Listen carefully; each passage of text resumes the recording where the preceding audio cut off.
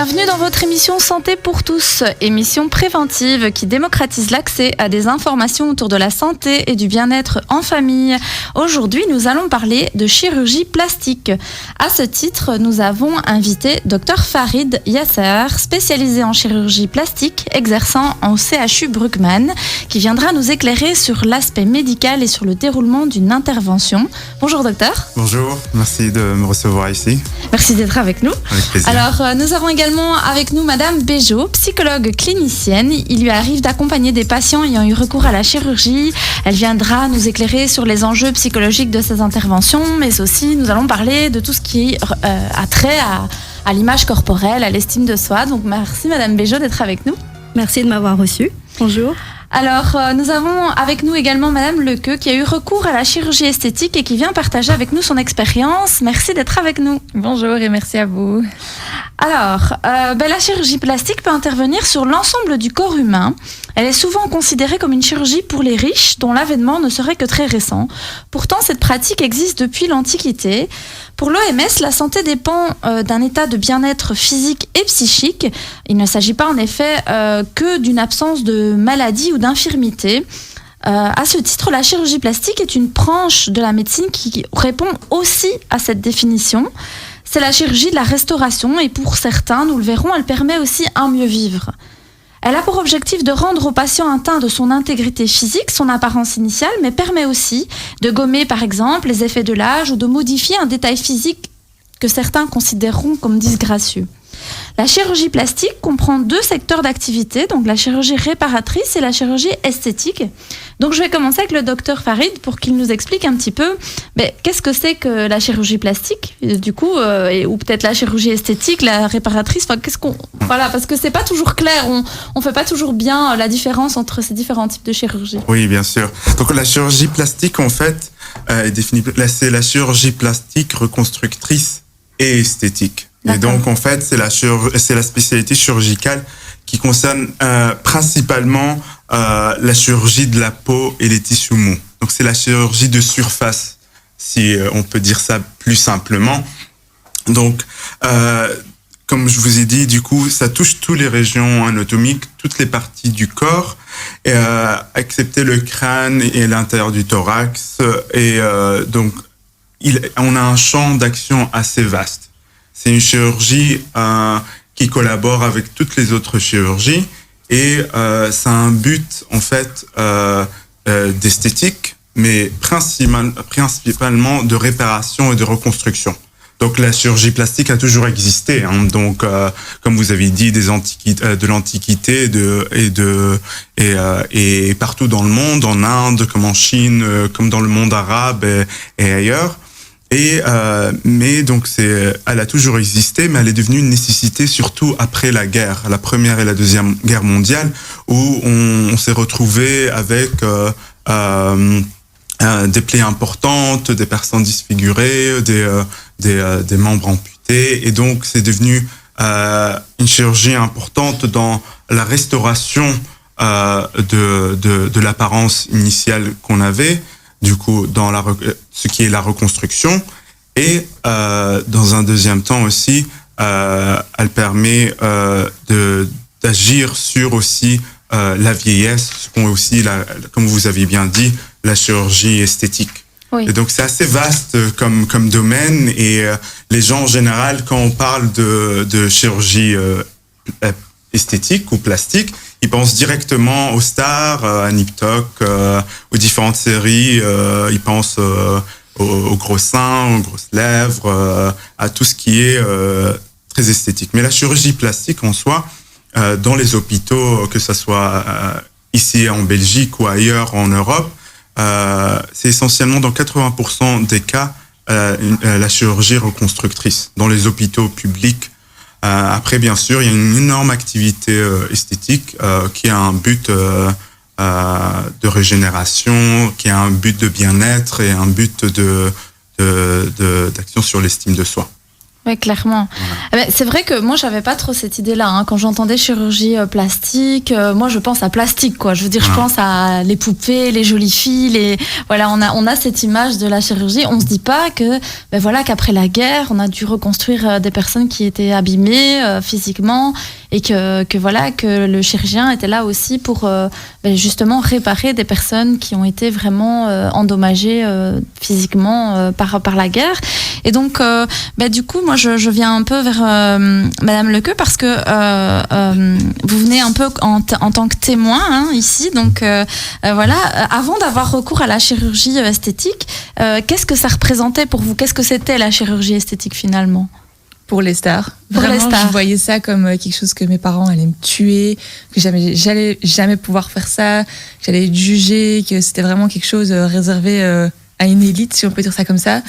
Et puis en fait, moi, j'avais juste envie de le faire parce que j'étais complexée, j'en souffrais vraiment beaucoup. Et donc oui, pour moi, c'était un peu... je voyais ça comme un rêve que j'allais pas pouvoir réaliser, en tout cas pas si vite. Pas peut-être plus tard, quand je sais pas, j'allais avoir 30 ans ou quoi. Mais moi, j'ai fait ça, j'avais 19 ans. Ah oui. Donc je pensais pas que ça allait se faire vite comme ça. Et c'était un peu une nouvelle vie, quoi. Mm-hmm. Et donc, il y a eu un avant et un après. Il y a eu le avant, oui, c'était pour moi vraiment, comme j'ai dit, pour une certaine élite, si je peux dire ça comme ça. Et puis il y a eu le après où en fait je me suis rendu compte que c'était vraiment ouvert à tout le monde, qu'il ne faut pas faire partie d'une élite, il ne faut pas être une star, il faut être juste quelqu'un qui sait ce qu'elle fait, prend quand même conscience que c'est un acte pas anodin, que ça change le corps, que ça change beaucoup de choses mentalement aussi. Mentalement, moi ça n'a pas toujours été facile. Et puis en fait après moi ça m'a changé la vie. Je regrette pas du tout ce que j'ai fait. Mm-hmm. Mais on en parlera alors du coup après de l'impact que ça a eu dans votre vie et peut-être de l'accessibilité, parce que c'est vrai qu'on croit toujours que c'est pour les riches. Enfin il y a ce truc de c'est pour les stars, c'est waouh. Puis on voit que c'est pas que ça en fait. Il y a d'autres choses derrière la chirurgie plastique. Madame Béjot, donc vous êtes psychologue clinicienne. Comment les futurs bénéficiaires de ce type de soins se représentent-ils éventuellement la chirurgie, et est-ce que ça vous arrive parfois de devoir reclarifier les choses avec des personnes qui veulent avoir une chirurgie ou qui voudraient avoir une chirurgie ? En général, les patients représentent la chirurgie comme le résultat. Mm-hmm. En fait, ils ne voient pas tous les processus qu'il y a derrière technique. Donc, en général, ils voient vraiment le résultat. Ça va être parfait, ça va être le nez que je voulais, la poitrine que je voulais. Donc, ils ont une perception erronée. Donc, du coup, c'est pour ça que nous, on est là pour leur expliquer que c'est un outil, qu'il y a des enjeux derrière psychologiques. Et donc, c'est important donc de clarifier justement avec eux ce que c'est, par quel processus ils vont passer. Oui. Et donc, de les rassurer aussi que c'est possible de le faire, mais pour quelles raisons ils veulent faire ça. Donc, évaluer la demande est très importante. Oui, parce que je suppose que on vient aussi parfois avec des idéaux dans sa tête et que si on n'arrive pas à cet idéal-là, on peut encore continuer à avoir des blocages. Enfin, je veux dire, si on a envie d'être comme une star, imaginons, la chirurgie, c'est pour les stars, et puis qu'on voit une star et on veut avoir la même tête qu'une star, ou on aimerait bien avoir un nez comme ça, comme la star, etc., où on a cet idéal, du coup, c'est pas sûr que le chirurgien il puisse façonner tip-top le nez comme il faut, ou la bouche comme il faut. Je me dis que tout ça, il faut peut-être faire le deuil, ou il y a peut-être un travail à faire derrière ça aussi, je suppose. Oui, il y a le deuil de la perception qu'on a de son corps. Donc, est-ce qu'on veut vraiment le faire ? Et si oui, pourquoi ? Donc, il y a tout un questionnement derrière. On ne peut pas envoyer la personne en chirurgie esthétique sans évaluer sa demande. Tout à fait. Donc, c'est très, très important qu'elle passe par nous, en fait, les patients, avant d'aller voir le chirurgien, ou alors une bonne collaboration est nécessaire Tout à fait. avec le chirurgien, justement. Ouais. Oui, c'est vrai. C'est clair que c'est très important d'avoir cette collaboration entre les psychologues, les psychiatres et les chirurgiens. Ce n'est pas toujours évident et ce n'est pas toujours présent dans les hôpitaux, car c'est vrai que les patients viennent nous voir et ils ont vraiment une idée dans leur tête, une image précise, une star précise, et notre rôle initial avec les psychologues, c'est de leur dire doucement, c'est pas exactement ça que le résultat final qu'on aura. mais on va essayer de se rapprocher un maximum. Il faut comprendre exactement ce qu'ils veulent. Il faut leur expliquer l'intervention et il faut leur expliquer le résultat probable qu'ils peuvent avoir et toutes les complications et toutes les possibilités qui peuvent arriver, que ce soit pour des interventions chirurgicales et non chirurgicales. Parce que voilà, devant toute intervention, il y a des complications et on peut pas avoir un résultat à 100% comme ils le souhaitent. Donc ça, c'est très important de pouvoir comprendre ce que veulent les patients et de pouvoir leur expliquer la vraie image et le vrai résultat en fait suite à une intervention. Oui, je pense que c'est clair que ça doit pas être évident il faut travailler peut-être sur les représentations. Qu'est-ce que la chirurgie représente et qu'est-ce que je peux obtenir de cette chirurgie dans mon corps. Donc, voilà. C'est un petit peu ça. Et que c'est pas uniquement la solution, mais comme Madame Lequin a dit, que c'est un outil pour arriver à un bien-être et une solution à la fin. Parce que c'est vrai que généralement quand on parle de chirurgie esthétique, on pense à Botox, on pense au sein, on pense au nez.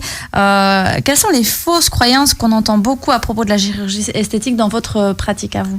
C'est vraiment ce que vous avez dit en fait. Chaque fois qu'on parle de chirurgie plastique ou chirurgie esthétique, et même que ce soit les collègues ou les amis très rapprochés qui sont dans le domaine médical, ils pensent directement à Botox, à injection, à acide hyaluronique, à augmentation mammaire, à rhinoplastie, alors que la chirurgie plastique est reconstructrice et esthétique est très vaste et que ça n'englobe pas que le côté esthétique, mais c'est une spécialité très variée qui, avec par exemple les orthopédistes, on a la chirurgie de la main, on a la chirurgie donc reconstructrice post-mastectomie au niveau du sein, la chirurgie crânio-faciale, la chirurgie des lambeaux. Donc c'est assez varié et donc clairement les gens ils sont toujours très surpris que en fait vous faites pas que de l'esthétique. Oui, c'est ça. Et donc ils s'attendent vraiment à ce qu'on fait que ça, alors que clairement dans notre formation, par exemple quand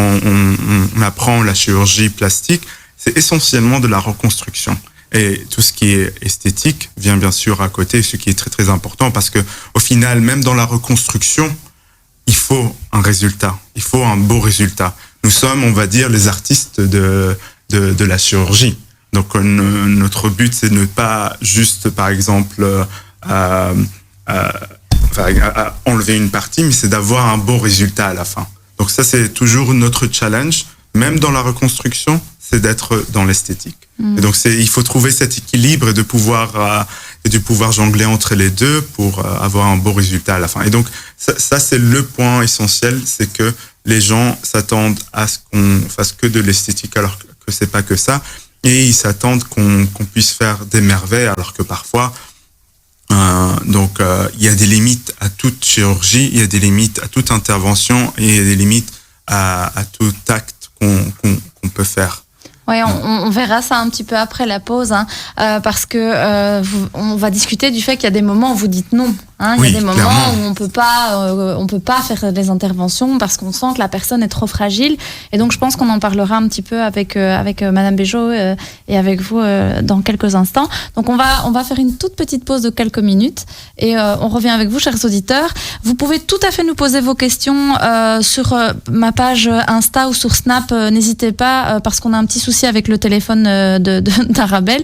Donc envoyez-moi vos questions via Snap et via Instagram sur le compte Le Blic Virginie et on y répondra en live directement avec nos intervenants. Je vous dis à tout de suite dans quelques instants sur Arabelle FM au 106.8. Voilà, nous sommes de retour, chers auditeurs, dans votre émission Santé pour tous. On parle de chirurgie plastique et donc, juste avant la pause, nos invités se sont présentés. Nous avons quelqu'un qui vient témoigner avec nous, qui a subi une chirurgie plastique. Elle va nous expliquer ça tout de suite. Et puis, nous avons deux autres invités. Quelqu'un qui est spécialisé donc en chirurgie plastique, un médecin, et qui travaille à Bruckmann. Et puis, Madame Béjot, qui est psychologue clinicienne. Donc, je reviens juste vers Madame Lequeux, après avoir eu recours du coup à la chirurgie esthétique, est-ce que vous avez eu les mêmes représentations sur la chirurgie? Parce que du coup, vous disiez tout à l'heure, pour moi, la chirurgie, c'était waouh, c'était les stars, c'était voilà, et finalement, j'ai pu y avoir accès. Mais déjà, comme on en a parlé là tantôt, moi en fait, je suis arrivée avec une image aussi d'une star en fait chez mon chirurgien. J'ai dit, moi, je veux être comme ça. Et il m'a dit, Laura, en fait, non, moi. Change d'adresse, alors ce sera pas moi. Et je dis mais pourquoi et tout. Et il me dit parce que il faut le faire par rapport à ta morphologie, par rapport à ta taille, par rapport à ton poids. Il faut pas juste dire je veux ça et je te fais ça. Et donc il m'a déjà ça, je me suis dit ok bon, faut que j'arrête faut que je me retire cette star que moi j'avais en tête. Faut que je retire ça de mon esprit. Et puis surtout le après en fait le post-op, il est très long. Moi, c'était une augmentation mammaire et c'est super long comme post-op. Enfin, moi, j'ai trouvé ça très long. Déjà, il faut attendre 1 an pour avoir le résultat final. Je pense qu'il y a au moins plus ou moins 6 mois où on vit pas normalement. On doit mettre un soutien spécial, on doit mettre des crèmes, on doit se masser. Ça fait mal. Enfin, c'est vraiment pas agréable. Et tout ça, on me l'avait bien expliqué. J'étais là, oui, pas de souci. Moi, je veux le faire et tout. Et en fait, j'ai souffert. Mais genre, à refaire, je le fais. C'est pas la question. Mais c'est juste, je pense qu'on n'est pas forcément assez préparé. Parce que quand on le voit justement dans les médias, en général, la star va pas forcément le dire avant et en un coup, elle est belle, on se dit oh, trop bien, c'est facile, hop, on passe sur le billard et puis c'est bon. Alors qu'en fait, il y a tout un processus après qui est super dur et même se réveiller avec un autre corps. Moi, j'ai pleuré, J'ai pleuré. J'ai dit à mon papa, j'ai dit mais qu'est-ce que j'ai fait? C'est la plus grosse bêtise que j'ai fait de ma vie. Je m'en suis voulu pendant au moins 1 mois parce que c'est moche, c'est gonflé, on a des hématomes. Puis bon, après, ça va mieux. Mais je veux dire, c'est vraiment pas du tout. On voit pas tout l'aspect difficile en fait. On voit juste le ok, ça va être beau, je vais être comme ça, je vais faire mes plus belles poses en bikini, façon de parler. Et en fait après on se rend compte que c'est beaucoup plus compliqué que ce qu'on pense. Peut-être pas dans tous les cas. Je peux pas faire une généralité, mais je pense qu'il y a quand même. J'ai parlé avec d'autres filles et effectivement le post-op il est beaucoup plus lourd que ce qu'on pense en fait. Et ça faut bien l'avoir en tête quoi, parce que mentalement c'est vraiment pas facile. C'est et vous avez dû voir une psychologue juste avant. Est-ce que votre chirurgien vous a dit ce serait bien d'en parler avec quelqu'un ou pas du tout? Non, pas forcément. On me l'a pas conseillé. J'ai juste donc entre la date où on dit ok envoyez-moi le devis entre guillemets et le moment où je signe, je crois que j'ai dû attendre 3 semaines, quelque chose comme ça, qui a une durée en gros pour réfléchir. On peut pas mettre le processus en marche avant. Et donc j'ai attendu, je l'ai signé direct le jour où j'ai pu et je l'ai envoyé. Et voilà, après je suis hyper entourée par ma famille, donc c'est pas du tout tabou chez moi. On en a beaucoup parlé, etc. Mais c'est vrai que peut-être qu'une psychologue aurait pu aider, je sais pas. Je suis pas du tout contre les psychologues, j'ai déjà vu des psychologues, donc peut-être que ça aurait pu m'aider. Moi en tout cas, parce que moi je me dis une petite jeune fille de 19 ans qui veut faire ce type d'opération. Enfin, je me dirais quand même, ce serait chouette qu'elle aille en parler parce que qu'est-ce qui fait qu'elle est pas à l'aise dans son corps? Mais en fait, moi c'était un peu esthétique, mais je pense qu'on peut parler aussi un peu de reconstruction. En fait, j'avais un sein avec un tout petit peu de glande, c'était même pas une poche A, et l'autre en fait j'avais rien. J'avais pas du tout de glande, c'était un pectoral, quoi. Et donc, au-delà du fait qu'il soit petit, ne pas en avoir genre plat, c'est encore un autre level, je trouve. Ma maman, elle a une super belle poitrine, toute ma famille, toutes les femmes ont une magnifique poitrine. Puis à moi, on sait pas ce qui s'est passé. Et donc. Oui, mais je veux dire, la croissance, c'est jusque 25 ans, normalement, non? Oui, mais moi, il m'a expliqué que vu que j'avais pas du tout de glande, c'était même pas un peu, j'ai pas eu de développement de glande dans un sein. Il m'a dit, je vois pas comment ça pourrait pousser, t'as pas de glande, donc, et donc c'est pour ça qu'il m'a dit, tu peux le faire maintenant si tu veux, parce que déjà j'étais majeure, et parce que de toute façon, il m'a dit, je pense pas que ça va changer, quelque chose pour moi, vu que j'avais vraiment rien, j'avais juste le muscle, quoi. C'était plat. Et du coup, maintenant, tu te sens mieux par rapport à ta représentation de ton corps, par rapport à cette opération, même si tu dis le post-op, ça a été dur, mais voilà, par rapport à ton corps, est-ce que tu l'aimes comme il est maintenant? Bah oui, je suis super contente de ma poitrine, ça oui. Après, par exemple, on m'avait prévenu, moi je me suis dit, ça va arriver aux autres. Bah non, ça m'est arrivé à moi, j'ai perdu toute la sensibilité d'un sein. Donc il y a un sein, on peut le toucher, je le sens plus. On m'avait dit peut-être que ton nerf, voilà. Donc il a été tout à fait honnête, j'ai signé en sachant, mais je m'étais dit non, allez, ça va être pour quelqu'un d'autre, et non, c'est pour moi. Heureusement, il me reste le deuxième, mais j'ai quand même perdu complètement la sensibilité d'un sein, mais je suis tellement contente de pouvoir mettre des robes. En fait, je vis du coup sans soutien, ça c'est un luxe, je trouve. Ça c'est top. Et j'ai pas mal au dos non plus. Je mets des robes que je veux. Enfin, j'ai Pourquoi vraiment pas mal au dos, parce que c'est pas lourd? Mais il m'avait dit qu'en fait, en général, on a mal au dos quand on grandit. Mais quand on les met en un coup, il m'avait dit non, tu n'auras pas mal au dos. Quand on les met en un coup, ça change rien pour le dos. Et effectivement, moi, j'ai pas du tout de problème de dos, rien du tout. Et il faut pas normalement refaire l'opération tous les 10 ans. Si, c'est la partie qui m'angoisse un peu plus. Ah oui, ça, parce que bon, maintenant, le plus dur est fait. Je pense, je l'ai fait sous le muscle. Et il m'a dit c'est vraiment râper le muscle qui est très très douloureux, et ça c'était atroce. Donc le plus dur est fait, ça il va plus devoir le faire, mais je pense que ça va être fun dans du coup 7 ans de devoir refaire ça, mais on verra à ce moment-là. Je profite et puis on verra. Mais c'est vrai que je pourrais plus retourner à ma poitrine d'avant. Enfin, c'était même pas une poitrine, mais je pourrais plus y retourner. Ce serait trop difficile. Donc là, c'était vraiment lié à l'image de soi, au fait aussi de te sentir plutôt féminine. Voilà, c'est ça. En fait, ma maman m'a directement comprise. Au début, je pensais qu'elle allait me tuer. Et elle m'a dit non, en fait, je te comprends. Parce qu'elle m'a dit, une poitrine, c'est le corps de la femme. Moi, je dis pas, il faut pas avoir une poitrine pour se sentir femme. Il y a des gens qui vivent très bien sans, et tant mieux pour eux. Pour moi, en tout cas, c'était vraiment hyper difficile. Et j'avais vraiment envie de le faire. Et donc, voilà, ma maman m'a directement dit, Laura, moi je te soutiens, et mon papa m'a soutenue aussi. Et donc on a fait ça à 3, enfin ils m'ont accompagnée. Ah oui, c'est chouette. Heureusement en tout cas qu'il y avait un entourage à côté. Ça c'est clair que ça s'entend quoi.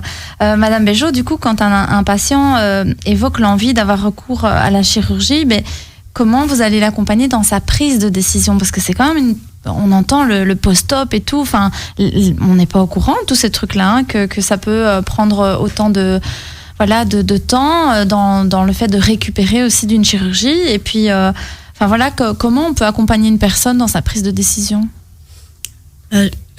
Justement, le témoignage de Laura nous prouve à quel point le post-op est compliqué. Donc, tout ça, c'est important de le préciser en séance. Donc, ce qui est important, c'est vraiment de déterminer la motivation sous-jacente de la prise de décision. Qu'est-ce qui a fait que Laura, par exemple, c'est parce qu'elle se sentait moins féminine dans son corps. Donc, grâce à son augmentation mammaire, elle se sent davantage... son estime d'elle s'est augmentée, j'imagine. Oui, je pense. Et donc, c'est vraiment de les accompagner dans le processus de réflexion de, on va dire, les points positifs et peut-être négatifs aussi. C'est-à-dire, il y a un sacré post-op après, mais est-ce que le jeu en vaut la chandelle, peut-être les avantages, les inconvénients, de pourquoi elle veut prendre cette décision. Donc, c'est très important de voir avec le patient ce qu'il désire.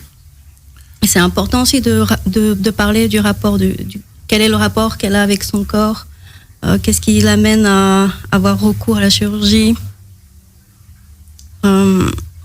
quelle image elle a de son corps en fait. Donc ça c'est très important d'en parler à chaque séance, de déterminer ça. Il y a des personnes par exemple qui ont une très très mauvaise image de leur corps, ou qui se sentent pas habiter leur corps, qui sont vraiment pas bien dans leur corps, et pourtant qui ont un corps, ça va, ils sont bien, il y a des femmes qui ont des seins, il y a des femmes qui ont tout ce qu'il faut là où il faut, et qui pourtant veulent avoir recours à la chirurgie. Alors là on parle de chirurgie esthétique.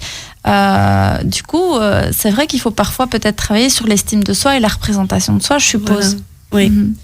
Après, c'est vrai que c'est le chirurgien aussi d'estimer, selon l'apparence physique, est-ce qu'il y a possibilité de faire une transformation ou pas. Mais on parlera peut-être plus tard du trouble de la perception corporelle. Donc là, il y a besoin d'un suivi psychologique beaucoup plus important. Et ce qui est important aussi, c'est de voir comment l'entourage perçoit la prise de décision, comme Laura a été soutenue par ses parents. Donc, ce qui l'a aidé aussi à se sentir entourée, donc avec un entourage très contenant, c'est important. Oui, quand la personne est seule face à cette décision, c'est pas évident à prendre comme décision, évidemment, je suppose. Je me demande comment tu aurais vécu ça si tes parents n'auraient pas été présents, justement. Je l'aurais pas fait, je pense. Non, pour moi, c'était super important. Bon, alors on n'est pas spécialement... Il y a peut-être des auditeurs qui vont nous poser cette question, mais je sais que dans certaines cultures, ça se fait pas. Dans certaines religions aussi, ça se fait pas, de faire de changer son corps, l'augmentation mammaire, ça se fait selon certaines conditions. Par par exemple, dans ta condition à toi, il n'y avait pas de sein, etc. Dans ces conditions-là, oui, je sais que ça se fait, mais je sais que parfois ça ne se fait pas. Et que du coup, la personne va vouloir le faire, mais qu'elle va avoir vraiment la pression familiale et la pression communautaire qui va être sur elle et qui va lui dire, ben non, tu peux pas faire ça. Et si tu le fais, ben voilà, c'est quelque chose de très mauvais pour toi, etc. Et donc, du coup, on va culpabiliser aussi la personne. Oui, donc, c'est ça qui est parfois j'ai l'impression que c'est parfois un peu compliqué aussi. C'est de savoir un peu que pense la famille aussi de l'intervention, des questions qu'on peut poser par exemple en séance, quoi. Oui, c'est ça. Et si c'est difficile d'en parler, pourquoi c'est difficile d'en parler? Est-ce que c'est un tabou dans la famille? Et comment elle vit ça aussi, ce manque de communication au sein de la famille par rapport à cette envie de se faire opérer, justement. Donc c'est pour ça que c'est hyper important, le passage par un psychologue. Ouais. Et c'est vrai qu'il faut être au clair, en fait. Il faut être au clair avec soi-même et avec ce qu'on va faire, parce que c'est faire ce type d'intervention sans être au clair avec soi-même et avec ses aspirations et avec son entourage par rapport à ça, ça peut être très mal vécu. Mais c'est pour ça, moi, quand des filles viennent me parler en me demandant, enfin, en m'expliquant qu'elles ont envie, etc., la première question que je leur pose, c'est pour qui tu le fais? Ouais. Parce que souvent c'est mon petit ami préférait que j'ai des gros seins ou tatati, et en fait non, faut le faire pour soi et pour personne d'autre. Ouais, parce que le petit ami peut encore changer, donc. Oui, déjà, mais si l'autre il aime pas, c'est mal barre. Au-delà de ça, c'est pour soi. Il faut toujours faire pour soi-même, en fait. Exactement. Et c'est vrai que c'est très important de comprendre pourquoi on le fait, parce qu'aujourd'hui, dans la génération d'aujourd'hui, la génération de TikTok, d'Instagram, des médias, on est facilement influencé, et donc il faut vraiment prendre le temps. C'est pour ça que nous, quand on voit quelqu'un en consultation et qu'elle est « je veux me faire opérer demain », c'est hors de question. On la revoit 1, 2 fois, 3 fois pour vraiment être sûr qu'elle veut vraiment cette intervention et pour comprendre pourquoi elle veut cette intervention. Et donc, pour lui expliquer aussi les complications d'une intervention de ce genre. Parce que c'est vrai, quand on vous dit c'est une prise en charge qui va prendre 6 mois, on dit 6 mois, ça va passer comme ça, mais c'est quand même 6 mois avec une prise en charge rapprochée. On vous voit toutes les semaines, et parfois il y a des complications, comme avec toute intervention qui peut arriver, qui va prolonger cette prise en charge aussi. Donc il faut que la personne soit assez mature, majeure, et qu'elle soit bien soutenue comme vous l'étiez avec votre famille pour pouvoir faire cette intervention. Bénéficier de ces interventions. Mais écoutez, on va vers la petite pause là. C'est toujours quelques minutes. Vous inquiétez pas, on revient parce que c'est un sujet très intéressant. Donc restez avec nous. Dans quelques instants, on revient dans Santé pour tous. Nous parlons de chirurgie plastique. À tout de suite, chers auditeurs.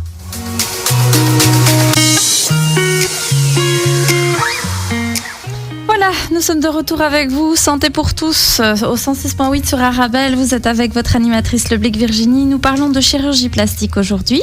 Et donc, j'allais m'adresser au docteur Farid, qui est médecin spécialisé en chirurgie plastique à l'hôpital Bruckmann.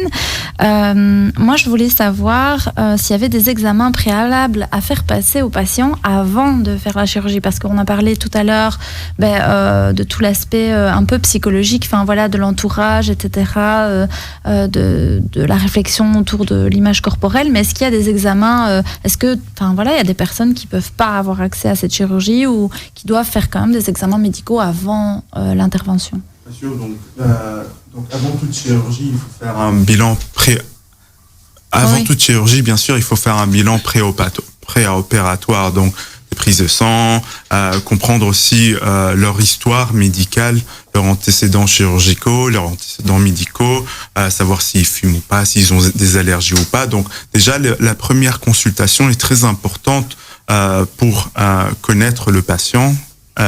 Et après, clairement, il y a des examens à faire, bien sûr, selon l'opération qu'ils veulent subir. Si une patiente, par exemple, qui a un tablier abdominal important, qui veut faire une abdominoplastie, on recommande toujours de faire une échographie ou un scanner pour savoir si, par exemple, elle a un diastasis des grands droits, ou si, par exemple, elle a une hernie ombilicale, parce que là aussi, du coup, c'est une intervention en plus. C'est pour comprendre ce que va exactement se passer à l'intervention. Donc, par exemple, pour une réduction mammaire, chez les patientes plus âgées, il est possible de demander des mammographies ou autres. Et donc, du coup, selon l'intervention, il y a des examens plus précis qu'on demande pour le bien de la patiente, pour éviter toute complication qui peut arriver. Donc là, par exemple, j'ai donné l'exemple de l'abdominoplastie. Par exemple, dans une reconstruction post-mastectomie, comme avec une reconstruction d'un dièbre, donc c'est un lambeau pour reconstruire un sein, il y a d'autres examens beaucoup plus complexes, comme un angioscanner qu'il faut faire. Mais de toute façon, avant toute chirurgie, il y a des examens de base, comme une prise de sang et un bilan complet qu'il faut faire pour savoir que la personne est dans des conditions opératoires.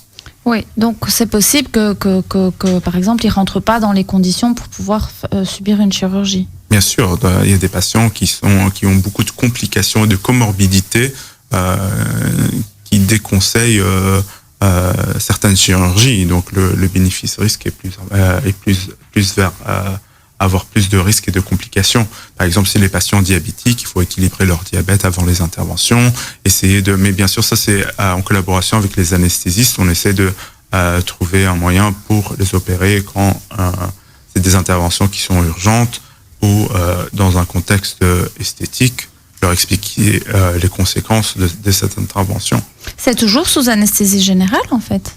Ça dépend aussi de l'intervention. Ouais. Donc, par exemple, donc vous voulez dans les interventions esthétiques ou dans toutes les interventions? Toutes les interventions. Non, il y a par exemple, si on fait une chirurgie de la main, ça peut être sous bloc, donc on n'endort que le bras. Voilà. Comme par exemple, voilà. Donc, comme je vous dis, les plasticiens, on fait aussi de la chirurgie de la main. Comme à Brugman, c'est un centre où les plasticiens, ceux qui opèrent les mains, tout ce qui est trauma, tout ce qui est fracture et tout ça. Donc là, on peut faire des blocs et pas endormir complètement le patient. Parfois, il y a aussi tout ce qui est anesthésie locale. Donc, par exemple, on a un petit névus, on a une petite tumeur, genre un basocellulaire au niveau du visage. On peut faire ça sous anesthésie locale. On aura besoin, par exemple, d'un lambeau ou une greffe de peau pour recouvrir tout ça. Ou si on décide de faire une cicatrisation dirigée, ça c'est un post-op qui est plus long. Et donc, du coup, ça dépend vraiment d'une intervention à une autre. Et en discussion avec le patient, on décide du type de l'intervention, du post-opératoire et avec les anesthésistes du type d'anesthésie. Et du coup, vous prenez le temps d'expliquer tout ça aux patients ou à chaque fois ça passe par un psychologue? Parce que tout à l'heure, Madame Lequeux disait, moi finalement je n'ai pas vu de psychologue, donc c'est pas forcément que vous allez réorienter vers un psychologue. Non, donc du coup... ce n'est pas une condition pour se faire opérer. Je veux dire, bien sûr, comme on en a discuté, l'idéal, c'est chez quelques personnes où on estime que peut-être il faudrait pas voir le psychologue, on devrait le faire, mais ce n'est pas systématique. Ouais. Donc du coup... donc c'est vous qui expliquez tout alors? On explique beaucoup de choses aux patients. C'est pour ça qu'on essaye donc de les voir la première fois, mais on ne prend pas la décision à la première consultation.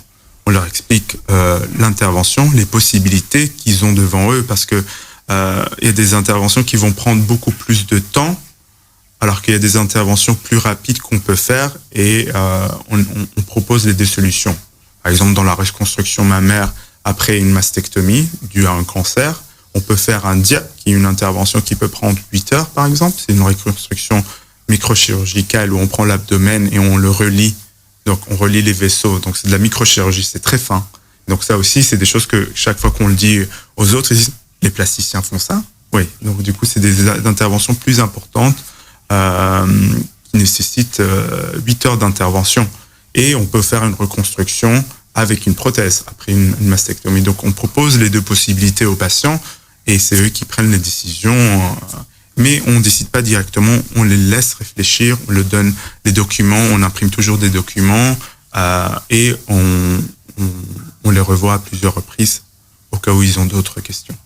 Parce que c'est des interventions qui peuvent changer leur vie, donc positivement comme négativement, parce que par exemple, ils ne sont pas très au courant de ce qui se passe. Ouais. Donc c'est important quand même la question de l'information en fait. C'est primordial. Je pense que donc les patients sont très contents du résultat final s'ils ont une attente réaliste basée sur l'information qu'ils ont eue au début. Donc une patiente qui vient et qui s'attend, comme on dit, à cause des réseaux sociaux, à quelque chose de un peu un peu exagérée. Lorsqu'on la voit et qu'on lui explique et on explique l'intervention et le résultat réel de l'intervention, ils sont plus réalistes après et ils sont plus contents du résultat final. Ouais, donc il faut essayer d'être le plus clair possible dans l'explication. Très important, oui. Madame Lequeux, est-ce qu'il y a des gens qui ont tenté de vous dissuader de faire cette opération? Mes frères. C'est vrai? Enfin, disons que quand je leur ai dit, déjà j'avais un peu peur de leur dire, ils sont plus âgés que moi, hein, donc c'est mes frères protecteurs, quoi. Et ils m'ont dit, mais t'es sûre, t'es belle comme t'as pas besoin de ça pour être belle. Et je leur disais, mais c'est mon corps, c'est pas vous qui vous voyez comme ça tous les jours. Et alors j'ai fait une comparaison qui peut paraître très bizarre, mais c'est ça qui a fonctionné avec moi. Je leur ai dit, imagine, on sait que la poitrine c'est quand même le symbole d'une féminité un peu, en tout cas voilà, pour beaucoup de femmes. J'ai dit, imagine toi, tu n'as pas de sexe. J'ai dit, comment tu le vivrais? J'ai dit, t'as rien, t'as juste ce qu'il faut, disons, pour procréer, mais c'est tout, t'as rien. Il me dit, ouais, c'est embêtant quand même. Je dis, moi c'est pareil. Et je dis, donc si t'as la possibilité de le faire, de changer ça dans ta vie, tu le ferais ou pas? Il m'a dit, oui. J'ai dit, c'est QFD. Pourquoi est-ce que moi je pourrais pas le faire? C'est un très bon exemple en tout cas. Hein. Vous avez bien discuté ça avec vos frères. Non, mais et à partir de là, tout le monde m'a dit, non, t'as raison, genre fais-le, go. Ouais, c'est vrai que les hommes, ils savent pas trop, enfin les seins pour eux, ils peuvent pas comprendre. Non. Mais nous, on le voit réellement en tant que chirurgien. Lorsqu'on voit une patiente qui a subi une mastectomie à cause d'un cancer qui vient réellement avec une cicatrice disgracieuse et pas de poitrine, et on les voit après l'intervention, et enfin ils sont reconnaissants, ils sont très contentes et vous changez leur vie. Bien sûr. Et donc c'est clair que nous les hommes, quand on n'est pas devant la situation, on peut pas réellement comprendre parce qu'on n'a pas de sein. Et on comprend pas l'implication que ça peut avoir sur notre corps et l'estime de soi. Donc clairement, vous avez complètement raison. Et l'exemple que vous avez utilisé. Ah oui, c'est un peu percutant comme exemple. Voilà. Hein, mais oui, j'y ai pensé comme ça. Et à chaque fois que qu'un mec surtout me fait cette réflexion, je lui dis et genre il me regarde en mode ah ouais, c'est vrai. Je touche le point sensible, quoi. Et le contraire est vrai aussi. Donc on a beaucoup de patientes qui viennent et qui demandent de réduction mammaire. Ouais. Des patientes qui ont des abdomens, une hypertrophie mammaire et des abdomens et des poitrines, excusez-moi, assez généreuses, et ils savent pas s'habiller comme elles veulent. Elles ont mal au dos, mal à la colonne cervicale, elles sont souffrantes, et c'est juste parce que c'est un signe de féminité et cette idée de le réduire est un peu tabou. Elles sont parfois réticentes. Ouais. Et quand elles font cette intervention, on voit clairement la différence. J'ai déjà eu un exemple qui m'a toujours marqué. Une patiente, après une réduction mammaire, une réduction des deux seins, elle me dit « Je sais voir mes pieds ». C'est un truc. Je trouvais ça m'a fort marqué que, ah oui, en effet, elle pouvait pas voir ses pieds à cause de sa poitrine. Ouais. Et donc, du coup, ils se sentent beaucoup mieux, et c'est des choses comme ça, en fait, pour elles, ça fait toute la différence. Pour les autres, aucune. Et c'est ça le plus important. Pourquoi on fait la chirurgie? Est-ce que c'est dans un but esthétique, ce qu'on peut comprendre aussi, ou est-ce que c'est dans un but de bien-être, dans un but fonctionnel aussi, et ça peut être les deux en même temps. Et souvent, on croit que c'est pour plaire à l'autre, mais c'est d'abord être pour plaire à soi, en fait. C'est un peu ce que vous disiez aussi. Et il y en a quand même qui viennent sous influence et sous pression du conjoint, de la société, des réseaux sociaux, et à la fin, ils sont, je peux pas dire à 100%, mais beaucoup sont en fait peuvent regretter ou être tristes du résultat. Il faut jamais faire quelque chose pour quelqu'un d'autre. Bien sûr, quand on est dans un couple, il faut arriver à il faut accepter l'autre personne comme elle est et l'aider à arriver à la solution qu'elle désire. Et donc, le plus important, c'est d'être en paix avec soi-même. Ouais, c'est ça. Du coup, Madame Béjot, est-ce que ça vous est déjà arrivé de déconseiller une chirurgie? Et si oui, pour quelles raisons ou dans quel contexte on va déconseiller une chirurgie? Donc, il y a bien évidemment au niveau physique, toutes les comorbidités physiques pour lesquelles il est déconseillé, bien sûr. Et il est déconseillé aussi pour certains troubles psychologiques. par exemple, des personnes qui viennent, qui présentent des troubles de la perception corporelle. C'est-à-dire que ce sont des personnes qui sont focalisées sur un défaut physique et ça prend toute une ampleur, ça les envahit. Et donc c'est une distorsion en fait qu'elles ont d'elles-mêmes. Et donc ces personnes-là présentent en plus des troubles dépressifs, hein, parce que ça les envahit et ça les rend très anxieuses. Et donc finalement, on doit travailler sur qu'est-ce qui te rend anxieuse là maintenant, en fait. Et c'est pas forcément le morceau de corps disgracieux, ce morceau de corps sur lequel ils focalisent. En réalité, ils sont pas bien à l'intérieur d'eux, c'est ça? Voilà, à l'intérieur d'eux, ils sont envahis d'anxiété, de peur, d'angoisse. Et donc, ce qui fait que ce sont des personnes qui sont dans l'évitement social, l'évitement professionnel. Donc, il y a des comportements qui se mettent en place compulsifs. Donc, ils vont appeler plein de médecins, plein de chirurgiens. Donc ça devient vraiment obsédant. Ce sont des comportements obsessionnels, compulsifs et des pensées obsédantes par rapport aux défauts. Donc il faut travailler sur ça. Avec le chirurgien, c'est important de travailler sur l'estime d'elle, du coup, à travers la TCC. Parce que parfois, c'est vrai que la personne va du coup mettre toutes ses peurs et ses angoisses sur une partie de son corps. Mais donc, en réalité, c'est pas la partie du corps qui pose problème, c'est plutôt le fonctionnement de la personne qui est problématique. Et du coup, si le chirurgien vient opérer, ça changera rien. Ce serait une autre partie du corps après qui sera focalisée. Oui, c'est ça. Il va toucher une partie du corps qui... Ce sera pas vraiment ça le problème. Ça sera vraiment, comme vous dites, le fonctionnement interne. Ouais. Et donc c'est plus déconseillé. Et donc là, on espère que le chirurgien a accès à ce style de personnalité, parce que ça peut faire des dégâts encore plus importants au niveau psychologique. Ça vous arrive alors de déconseiller, de bien refuser. sûr, mais donc c'est vous qui êtes spécialiste dans ce domaine, mais ces personnalités sont parfois très difficiles à cerner et à voir, donc d'où le fait c'est intéressant de les voir à plusieurs reprises, mais il faut bien fouiller aussi dans le dossier du patient et de comprendre son anamnèse, prendre le temps de parler avec lui et de comprendre pourquoi il fait la chirurgie. Et ici par exemple, tout simplement il dit j'ai vu avant vous 3-4 médecins. Il faut comprendre aussi pourquoi il a été à plusieurs et qu'il n'a pas encore pris de décision pour faire cette chirurgie.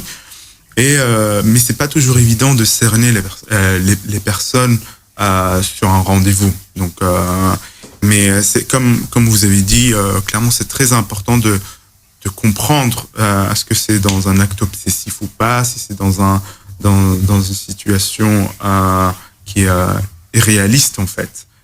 On a déjà eu des patients qui viennent, moi je veux absolument cette rhinoplastie parce que sans cette rhinoplastie je pourrais pas devenir top modèle et faire des défilés à Paris par exemple.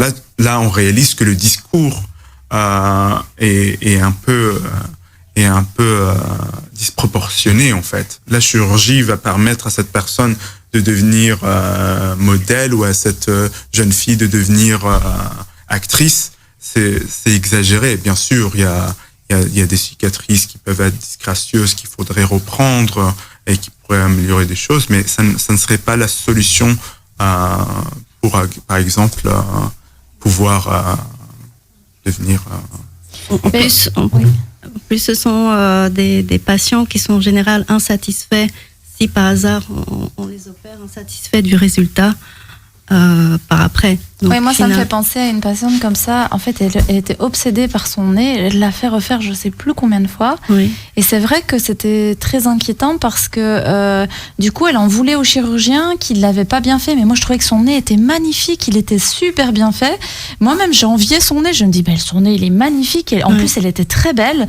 Et non, c'était vraiment, elle était obsédée par le bout de son nez et elle était partie même à l'étranger pour essayer encore de le refaire, alors qu'en Belgique, ça avait été très bien fait. Je trouvais que le travail était très bien fait, mais c'était pas ça qu'elle voulait. Et donc, il y avait cette obsession. Et moi, ça me fait penser aussi aux patients qui sont phobiques. Vous savez, parfois, les patients qui sont phobiques, ils vont avoir la phobie d'une chose, par exemple les araignées ou autre. On va travailler, par exemple, même on peut faire de la thérapie TCC, etc., pour faire disparaître l'objet phobique, donc l'araignée. Et donc, la personne va aller mieux, mais la phobie va se déplacer sur autre chose. Donc, ça veut dire qu'on n'a pas travaillé sur la peur initiale, vous voyez ? Non, tout à fait. Donc oui, par exemple, les personnes qui ont des troubles bipolaires aussi, lorsqu'elles sont dans leur phase maniaque, elles vont vouloir tout changer, le physique, la personnalité. Et alors, malheureusement, quand elles sont dans leur phase dépressive... Est-ce que vous pensez que tout patient qui, avant de passer vers la chirurgie plastique, devront avoir un bilan psychologique ou pas ? Moi, je pense que c'est nécessaire, en tout cas, pendant sa phase de réflexion, qu'il ait un suivi psychologique pour pouvoir ensuite faire un bilan, évaluer sa demande, sa prise de décision, entre sa prise de décision, avant sa prise de décision, pendant sa prise de décision, après l'acte chirurgical. Donc, oui, c'est hyper important, je trouve. Moi, je suis d'accord, franchement. Et d'ailleurs, on le voit aussi, par exemple, pour les opérations de changement de sexe, etc. Enfin, on voit quand même que ces personnes doivent avoir des psychologues aussi. Eux, ils ont recours à des suivis psychologiques qui durent 2 ans parfois. Ah ouais, 2 ans. Donc, tout ce qui est chirurgie du transgenre et de féminisation faciale et autres nécessite un suivi psychologique avant une transformation de sexe vers mâle vers femelle ou femme vers homme. Donc ça c'est présent parce que c'est des interventions qui sont quand même beaucoup plus importantes, qui est un processus de transformation qui est assez poussé. Donc là c'est beaucoup plus présent que dans une chirurgie comme une augmentation mammaire ou une abdominoplastie. Oui, mais en même temps, on touche au changement du corps. Il faut savoir que l'image du corps, elle se construit au fur et à mesure des années et que du coup, on a cette image de notre corps dans notre tête. Et donc, moi, je trouve que je suis assez d'accord avec Madame Béjot. Il faudrait qu'on passe, quand on fait une chirurgie du corps, il faudrait passer voir un psychologue. Malheureusement, voilà, les moyens manquent. C'est pas facile d'aller chez... Donc, l'information manque et le psychologue clinicien est vu comme n'est peut-être pas assez formé dans l'image corporelle, au niveau de l'esthétique. Il y a peut-être des formations supplémentaires à proposer aux psychologues qui sont en formation par rapport à ça. Alors, chers auditeurs, on va s'arrêter. C'est la fin de notre première partie, mais on continue. On a encore 1 heure avec nos invités. On a encore plein de questions. N'hésitez pas à poser vos questions sur la page Instagram ou sur le Snapchat de l'Oblique Virginie. C'est moi, parce que j'ai directement accès comme ça à vos questions et je peux directement les poser à nos invités. Je reviens avec vous dans quelques instants. Dans la deuxième partie de cette émission, nous parlons de chirurgie plastique sur Arabelle FM au 106.8. À tout de suite.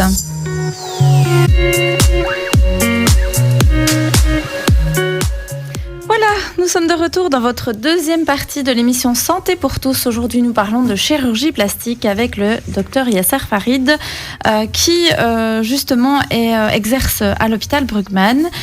Nous sommes aussi avec Madame Béjot qui est psychologue clinicienne. D'ailleurs, vous ne nous avez pas dit où est-ce que vous exercez, Madame Béjot ? Je suis psychologue indépendante.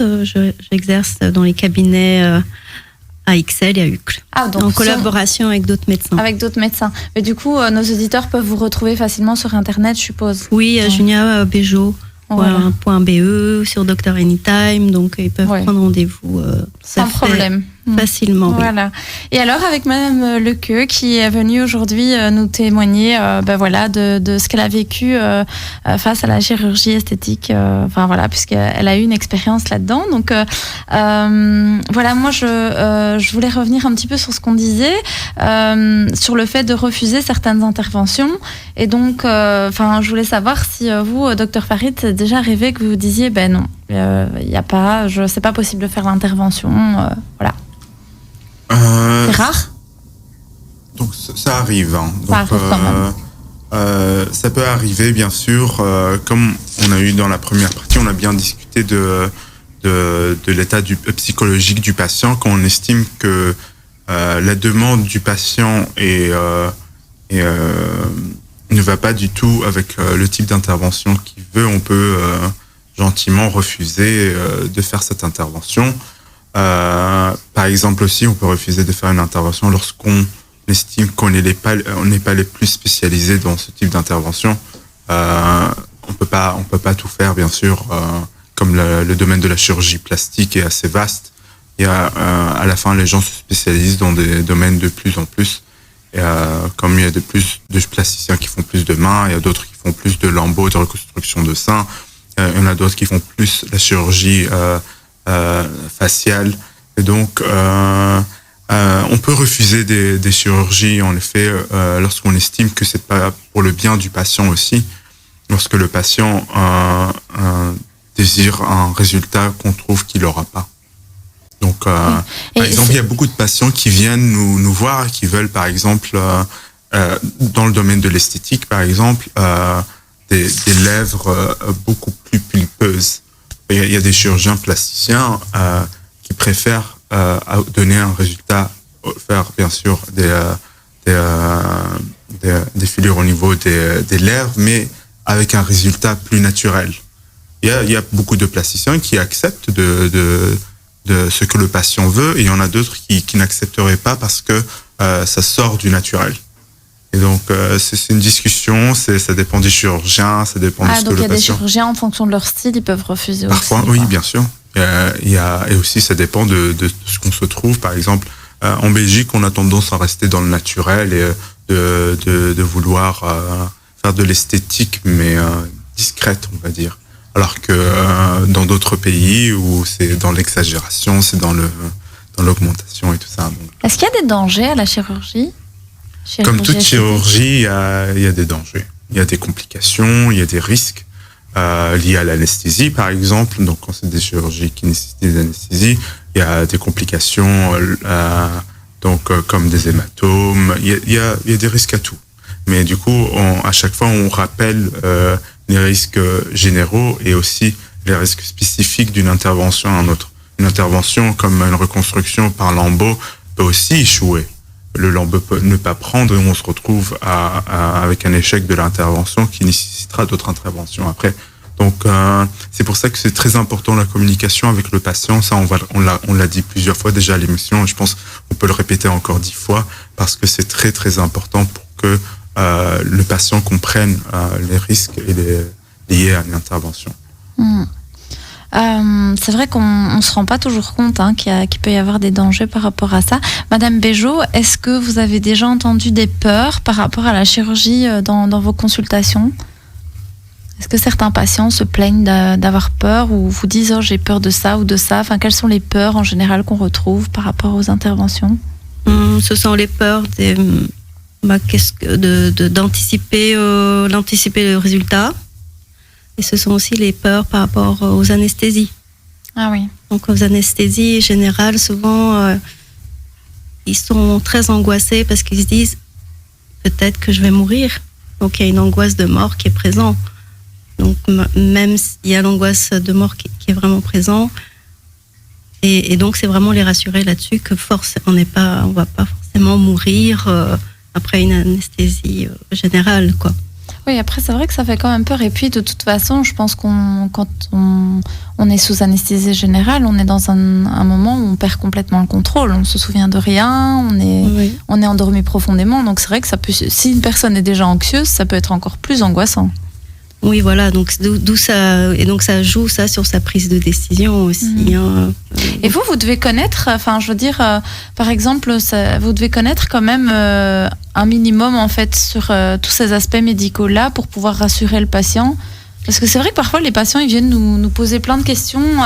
Moi, j'ai beaucoup des patientes qui font des FIV et des sleeves des FIV et des sleeves, ou des FIV, mais ça, c'est fécondation in vitro, rien à voir, des sleeves, des bypass, voilà, j'ai beaucoup de patientes qui font qui viennent vous voir après pour faire l'abdominoplastie. Et il y a aussi, et là, vous retirez en dessous des bras, les cuisses, voilà. Parce qu'elles perdent beaucoup de poids. Voilà. Et là, clairement, c'est des patientes qui sont très contentes d'avoir perdu autant de poids parce que ils étaient dans un stade d'obésité morbide et ils se retrouvent avec un excès cutané qui les empêche de s'habiller comme elles veulent, elles sont inconfortables avec leurs compagnons et donc ils se retrouvent aussi, il faut le savoir, avec des interventions comme des abdominoplasties, on remonte aussi les mastopexies parce qu'ils perdent énormément de poids, ils perdent au niveau de la poitrine comme ils perdent au niveau de l'abdomen.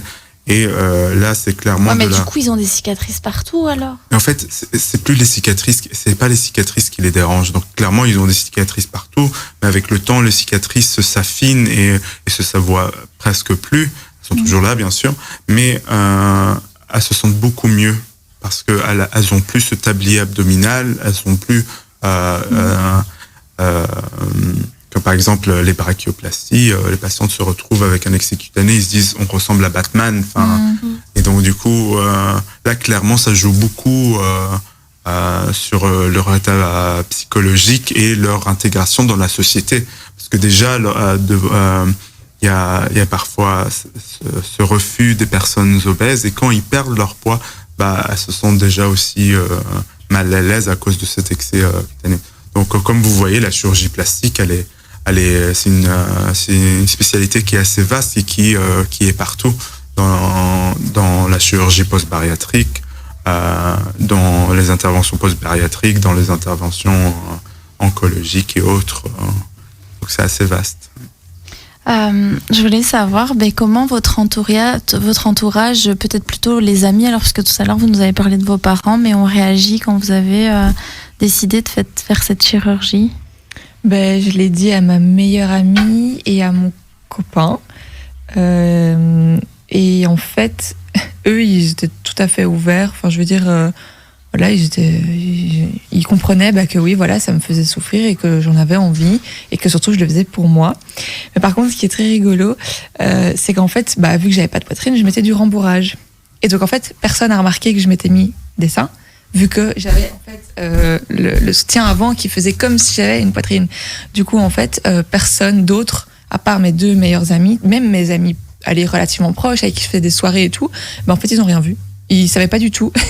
Donc après, je leur ai dit, voilà, parce que bon, j'avais quand même un soutien spécial, etc., à garder longtemps. Ça faisait mal, donc j'ai expliqué.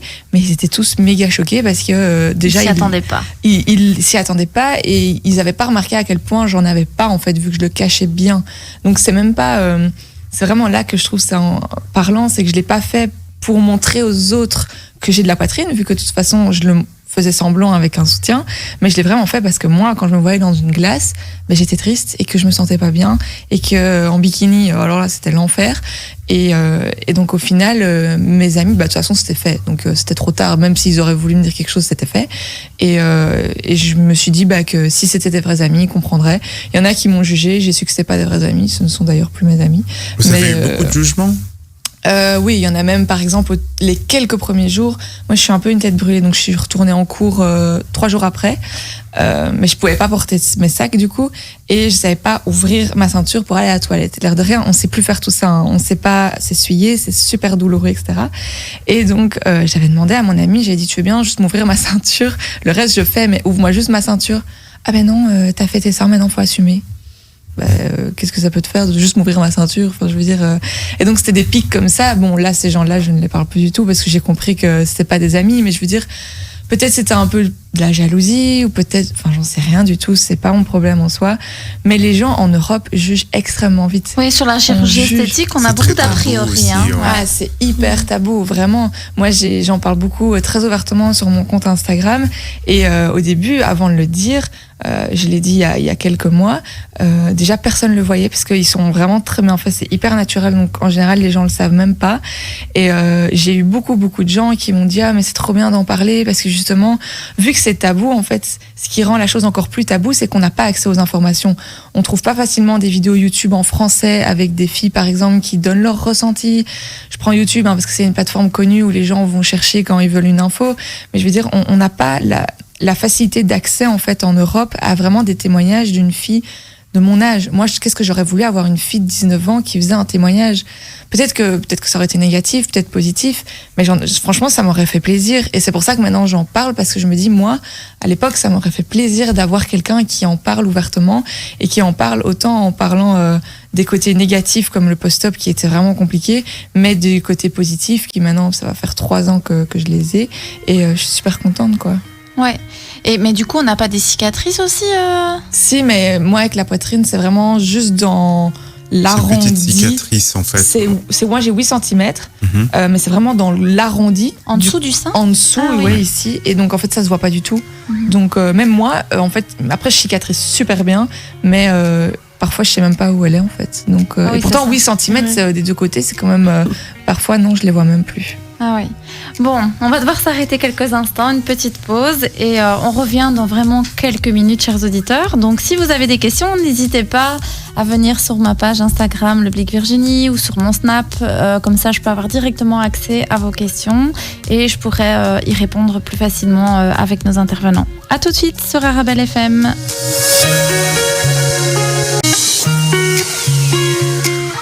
Alors, nous sommes de retour dans Santé pour tous. En off, je vous dis pas, hein, on discute, on papote, c'est hyper intéressant. On parle de chirurgie plastique, on compare nos blessures de guerre, entre guillemets. Donc, c'était pas mal, c'est chouette. Donc, mais voilà, on revient un petit peu sur ce qu'on disait. Juste avant la pause, Madame Lequeux nous parlait un petit peu de son expérience aussi.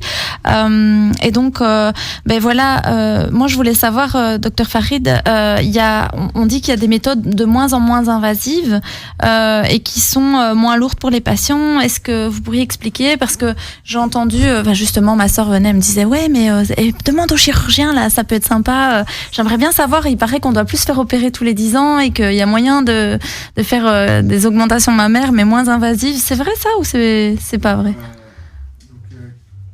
Par rapport à l'augmentation mammaire, en fait, on peut aussi utiliser la graisse. Ah, donc, sans prothèse. Donc, prendre de la graisse un peu partout et l'injecter au niveau de la poitrine. Bien sûr, il faut être réaliste parce on va pas gagner de 3 abonnés, mais on peut clairement donner et augmenter le volume de la poitrine grâce à la liposuction et l'hypofilling de la graisse. Donc ça, c'est par exemple une intervention qui est possible et qui est faite depuis très longtemps. Donc l'injection de graisse dans différents endroits du visage, par exemple au niveau de la face, au niveau des fesses, au niveau de la poitrine, avec une liposuction du corps. Ça, c'est des interventions qui sont assez fréquentes. Donc, pour des interventions moins invasives, c'est l'utilisation de Botox et de fillers. Et donc, bien sûr, on peut faire des liftings de visage. C'est une intervention qui prend quelques heures et qui permet de rajeunir le visage. Mais on peut aussi utiliser le Botox pour éviter de développer des rides. Bien sûr, on en aura toujours, mais qui soient moins prononcées. Et on peut combler des espaces avec les fillers, l'acide hyaluronique, comme on l'appelle aujourd'hui. Mais du coup, moi, alors peut-être, franchement, c'est cliché, hein, mais moi, j'ai l'impression que les gens qui font des chirurgies du visage, ils ont tous le même visage. C'est bizarre, mais moi, j'ai cette impression-là. Mais parce que moi, j'avais vu des gens, ils étaient tirés comme ça et tout. C'est vrai. Et on avait l'impression qu'ils avaient tous les mêmes yeux et tous les mêmes pommettes, avec des petites pommettes comme ça et tout. Enfin bon, j'exagère peut-être un peu, mais c'est une impression comme ça. En tout cas, peut-être parce que ceux qu'on voit, c'est souvent ceux qu'on voit à la télé. Donc, et c'est souvent, on dirait qu'ils ressemblent dans les faits, ils sont très tirés. C'est un peu dans l'excès, voilà. Et c'est un style que beaucoup aiment, mais beaucoup moins en Belgique, je trouve. C'est plus naturel en Belgique. Dans le naturel, et donc c'est des injections qui restent très discrètes, mais qui puissent en fait rajeunir et donner un petit boost au visage. Pourquoi on veut rajeunir alors ? Pourquoi on veut rajeunir ? Moi, c'est la question. On veut rester éternel. Tout le monde veut rester éternel. Et pourquoi pas ? Je veux dire, avec des petits actes simples, on peut donner un petit look plus jeune à une personne, à une autre. Je veux dire, comme on avait dit, l'image de soi joue énormément sur l'estime de soi. Et donc, du coup, lorsqu'on fait des petites injections ici par là, on puisse donner un aspect plus vivant. C'est un peu la société aussi qui est une société de jeunes. Parce que moi je trouve que moi j'ai atteint un certain âge, bientôt j'approche la quarantaine et je me dis ben voilà que quand même ça a son charme aussi. Les petites rides au coin des yeux. Bien sûr. Voilà, ça montre une histoire. Voilà, mais je veux dire mais pareil. Je vais dire on s'entretient d'une façon ou une autre. Ça n'empêche pas. Ça n'empêche pas. C'est un certain luxe de le faire, entre guillemets. Je veux dire, moi aujourd'hui, je veux m'habiller comme ça, alors... Pour vous, c'est une manière de s'entretenir, de dire, voilà, je me fais jolie ou je me fais beau, et voilà, c'est un petit truc qu'on peut se permettre. Voilà, et donc, bien sûr, c'est pas obligé. C'est démocratisé, pas vraiment, parce que, allez, on n'en a pas encore trop parlé, parce qu'en off, vous me disiez, ouais, on parle pas vraiment des prix, parce que chaque chirurgien est différent, mais je veux dire, est-ce que la mutuelle prend en charge, par exemple, les frais financiers par rapport, s'il faut faire une opération. Alors, quelqu'un qui a perdu beaucoup de poids, la chirurgie réparatrice, ça prend en charge. Là, ça prend en charge. Ouais. Mais si on va commencer à payer tout ce qui est Botox et acide hyaluronique, on n'aura plus beaucoup d'argent pour les hôpitaux. Mais par exemple, ça aussi, je vous avais posé en off tout à l'heure, vous avez parlé de la réduction mammaire. Donc, on peut, pour les personnes vraiment qui ont trop de poitrine, on peut leur enlever. Mais celles qui en ont pas et qui en souffrent psychologiquement et qui veulent en faire, là par contre, c'est pas pris en charge. Là, c'est pas pris en charge, c'est considéré comme une intervention esthétique. Donc pour tout ce qui est remboursé, en fait, il faut différencier deux choses. Si ça rentre dans tout ce qui est chirurgie réparatrice, là, c'est souvent remboursé. Par exemple, la réduction mammaire dans un contexte de douleur lombaire, de douleur cervicale, donc ça tombe dans un contexte fonctionnel. Là, elle est remboursée sous certaines conditions, bien sûr, parce qu'on doit enlever autant de graisse de chaque sein. Là, elle est remboursée. Mais quand c'est une augmentation mammaire, même si ça a des troubles psychologiques, c'est considéré comme une intervention esthétique et là, c'est plus remboursé. Par exemple, une abdominoplastie pour une amélioration fonctionnelle avec bien sûr certaines conditions, elle sera remboursée. Alors qu'il y a des abdominoplasties où on enlève un tout petit peu de peau et de graisse, ça tombe dans l'esthétique. C'est deux interventions qui sont c'est les mêmes, mais c'est dans des conditions différentes et du coup une est remboursée et l'autre pas. Et donc du coup c'est parce qu'on peut pas tout rembourser, on peut pas tout payer. C'est exactement comme si vous allez acheter un sac ici, mais vous pouvez l'acheter aussi dans une autre marque qui est beaucoup plus chère. Ça devient de l'esthétique qui est démocratisée. Je veux dire. C'est quand même une intervention esthétique. Alors du coup, ça coûte quand même cher. Donc c'est quand même pas accessible à tout le monde. Pas tout le monde. Oui. Ouais. Ça c'est clair que c'est pas accessible à tout le monde. Mais bien sûr, ça varie. D'accord. Le fait qu'il y a des personnes qui aient peut-être, Madame Béjot, plus accès à la chirurgie esthétique, est-ce que vous, dans vos consultations, vous voyez plus de personnes qui sont dans cette demande-là ou pas du tout ? Des personnes qui ont accès ? Oui, ou en tout cas, qu'il y a une plus grande demande par rapport à ça, par rapport à la chirurgie esthétique, qui viennent consulter peut-être un psychologue avant ou pas forcément ? J'ai déjà eu des personnes qui venaient me consulter après. Après, en fait. Ouais. Moi aussi, c'est souvent après. C'est pas avant, c'est pas pendant, c'est après. Ouais, moi, le résultat, 6 mois plus tard, j'ai fait ça, voilà comment ça se passe. Et donc, rarement, les personnes viennent me voir. Mais moi aussi, et ce que je trouve étrange, c'est que, pour les auditeurs qui ne savent pas, je suis psychologue aussi, moi, j'ai souvent plutôt les personnes, par exemple, qui ont perdu beaucoup de poids, qui ont fait des sleeves, etc., et qui, justement, ont un choc par rapport à... c'est comme si elles n'arrivent pas à s'accepter, ou alors qu'elles ne sont pas à l'aise dans leur corps, ou elles ont l'impression d'être plus tristes, alors qu'elles disent, oui, mais avant, j'étais grosse, mais j'étais rigolote, et je me marrais tout le temps, et puis maintenant, je suis mince et je rigole moins. Alors ça, c'est très cliché, mais c'est peut-être parce que les représentations du corps se confrontent avec les représentations mentales du corps aussi. On disait tout à l'heure aussi que se représenter son corps, c'est toute une vie. Et donc, finalement, quand on vient changer ce corps, peut-être qu'on vient un peu bousculer ce qui se passe dans le psychisme aussi. Oui, ce qu'il faut savoir, c'est que lorsqu'il y a une intervention esthétique, donc il y a un bouleversement intérieur. Donc, c'est-à-dire que c'est pas comme un changement de couleur de cheveux ni de maquillage. Donc, c'est vraiment tout un processus intérieur qui change. D'ailleurs, il y a certaines personnes que lorsqu'elles se font opérer, il y a un changement brutal de la perception qu'on a de soi. Donc, comme a dit Laura tout à l'heure, elle a quand même il y a eu des douleurs, il y a une souffrance qui était présente, physique. Et donc, finalement, ces personnes, ils ont la sensation d'avoir un corps étranger, soudainement. C'est-à-dire qu'ils ont un nouveau corps, mais c'est comme s'ils étaient dissociés, en fait. Donc, c'est pour ça que le travail en psychologie, c'est peut-être se rapproprier ce nouveau corps à travers, par exemple, des exercices de visualisation, de méditation, de pleine conscience pendant les séances. Donc ça, c'est important aussi de voir qu'est-ce qui s'est passé après pour qu'on n'arrive plus à s'approprier ce nouveau corps. Oui, et donc l'idée, c'est un peu de travailler sur les représentations mentales, mais de se réapproprier son corps. C'est ça? Oui, et c'est compliqué. Hein. Je pense qu'il faut 1 an avant de se rendre compte que voilà, on a subi une opération, qu'on a un nouveau corps, on a un nouveau fonctionnement. Donc au niveau de la personnalité aussi, ça change. Peut-être qu'une personne qui était beaucoup plus introvertie va devenir extravertie parce que voilà, elle a réussi à avoir ce qu'elle voulait, plus de seins, un nez un peu plus dessiné. Donc elle va reprendre confiance en elle, mais que ça cache aussi peut-être d'autres failles derrière. Parce que, allez, moi j'ai parfois des personnes qui sont des anciens obèses et qui me disent j'ai toujours été timide, j'étais pas bien dans ma peau. Alors parfois quand ils me le disent, je suis un peu surprise parce que souvent ils sont tout beaux, tout bien, etc.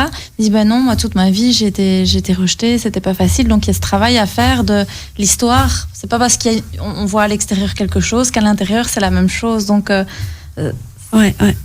Oui, il y a tout un travail sur l'histoire personnelle, l'histoire de vie, sur la perception qu'il avait.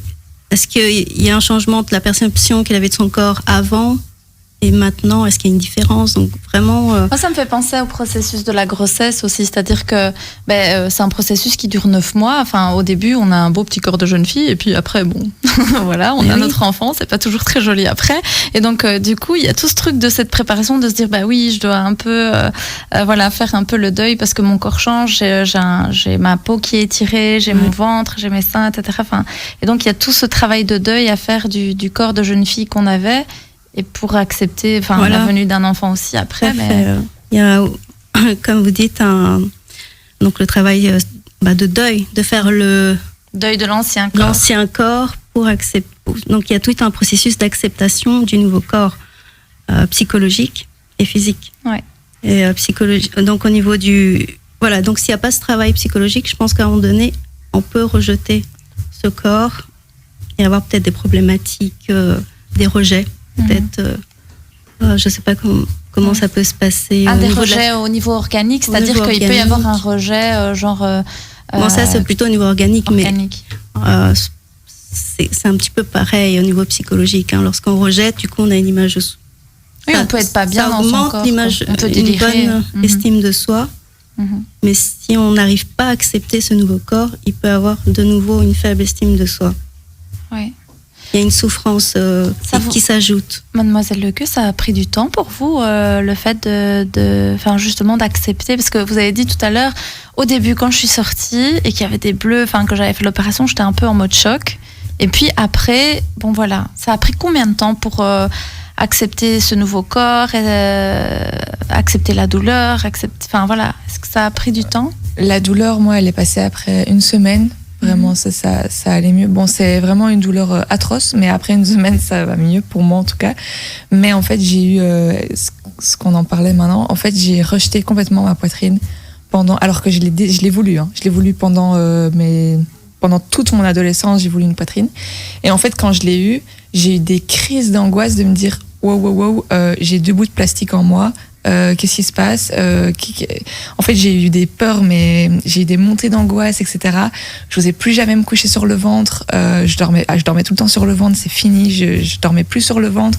Et j'ai bien mis un an et demi avant d'oser me mettre sur le ventre une fois, parce que j'ai peur qu'ils explosent. C'est un peu bête, mais clairement. Et aussi au début, et ça c'est un peu ma faute, du coup je pense que j'ai perdu la sensibilité d'un sein, c'est qu'en fait je n'osais pas les toucher. Et il m'avait dit, tu dois les masser, tu dois te les approprier, tu dois vraiment comprendre ce qui se passe. Il m'a dit, la tête, ça passe aussi par la sensibilité du bout des doigts. Il m'a dit, tu dois les toucher. Et en fait, moi, j'étais là, non, j'ose pas, j'avais peur. Et du coup, j'ai été le revoir plusieurs fois. J'étais là, non, mais ça va pas. Il m'a dit, écoute, soit tu vas faire ce que je te dis, soit on va devoir penser à les retirer, parce que ça m'angoissait, en fait. Ces deux trucs en moi m'angoissaient. Et donc, à partir de là, il m'a vraiment expliqué que chaque zone du cerveau est reliée à des parties du corps, etc. Enfin, il m'a fait tout un explicatif et il m'a dit, tu dois te masser. Il m'a dit, tu dois prendre le temps, vraiment, tu dois te poser, tu mets une crème, tu te masses, tu mets une huile, tu fais ce que tu veux, mais tu te les appropries. Et je l'ai fait et j'ai bien fait ça pendant 2-3 mois. Au début, c'était super dur et puis finalement, j'y suis arrivée, genre maintenant je les touche et tout. Mais vraiment, à un moment, je me suis dit, purée, j'ai fait tout ça pour rien, je vais devoir les retirer. Parce que pour moi, c'était pas moi, c'était pas mon corps, c'était. Je me réveille, j'ai deux trucs énormes, enfin pour moi en tout cas, c'était énorme, sur mon ventre, enfin au-dessus de mon ventre. J'étais là, mais qu'est-ce qui se passe? Je pouvais pas les regarder, donc j'ai vraiment mis du temps et voilà, mais bon, maintenant j'y suis arrivée. En fait, ce qu'il y a, c'est que dans le cerveau, on a une image de notre corps. Et ça, on le développe quand on est petit, quand on bouge, quand on grandit. Et c'est vrai que si on modifie ce corps, ton corps, il reconnaît pas, en fait, que tu as des seins, puisque tu n'en avais jamais eu. C'est ça. Mais c'est pour ça, d'un côté, je me dis, je suis contente de les avoir faits à 19 ans, parce que de maintenant, je les regrette vraiment pas, etc. Et je me dis, au moins, ils sont arrivés relativement tôt dans ma vie. Je veux dire, je les ai pas fait à 45 ans. Je dis pas, si une dame de 45 ans peut les faire, elle peut. Mais je veux dire, moi, au moins, ils sont là depuis pratiquement le début de ma vie. Enfin, en tout cas, je veux dire, ils ont fait toutes mes soirées avec moi. Enfin, je les emmène partout, quoi. Donc, je veux dire, maintenant, ils font partie de moi et vraiment, ils s'aimaient ça. Mais je suis contente de les avoir fait au début de ma vie pour vraiment, justement, qu'ils vivent ma vie avec moi, en fait. Et donc oui, on verra quand je devrais les changer. Mais les changer, se dire quoi? C'est des poches, en fait? Parce qu'on ne sait pas vraiment comment ça se fait. Docteur Yassar, il nous a pas vraiment... je peux vous expliquer. Je veux bien savoir comment vous faites, en fait. Mais en fait, du coup, vous avez le sein, et donc du coup, il y a le sillon inférieur. Ouais. Donc, on fait une petite incision pas très loin de ce sillon, et en fait, il faut qu'on décolle. Soit on met la prothèse au-dessus du muscle, soit en dessous du muscle. Bon, voilà, c'est assez technique après. Et on fait ce décollement. Et ensuite, on met une prothèse, pas la prothèse définitive, une prothèse pour voir la taille, si elle est bonne ou pas, parce qu'on a plusieurs prothèses, plusieurs tailles, plusieurs projections. Et on teste les différentes prothèses pour voir ce qui est le plus adéquat pour la morphologie de la patiente. Bien sûr, il y a pendant le pré-op, tout ça a été discuté aussi pour voir ce qu'elle veut exactement, ce qui est possible aussi. On met la prothèse test, si vous voulez, puis on met la prothèse définitive de façon très stérile pour éviter tout risque d'infection. Et donc du coup, lorsqu'on veut enlever cette prothèse et la remplacer des années après, et en fait, il y a une capsule qui se forme autour de la prothèse. Et donc, il faudrait du coup enlever la prothèse et la remplacer. Et il faudrait, c'est parfois difficile la dissection parce qu'à cause de cette capsule qui se forme naturellement par le corps. Oui. Mais c'est pas très difficile en soi. Donc, j'ai fait le plus dur, ça va? Oui. On espère. J'espère. Voilà. Bon, on doit repartir vers la pause, chers auditeurs. Donc, on continue dans quelques instants sur Arabelle avec nos spécialistes. Encore 20 minutes et si vous avez encore d'autres questions, n'hésitez pas. Je les poserai à nos spécialistes. Je vous dis à tout de suite dans Santé pour tous.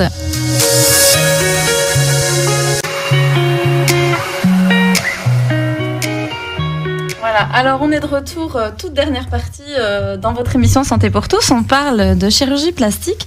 C'est super intéressant parce qu'on se pose plein de questions entre nous.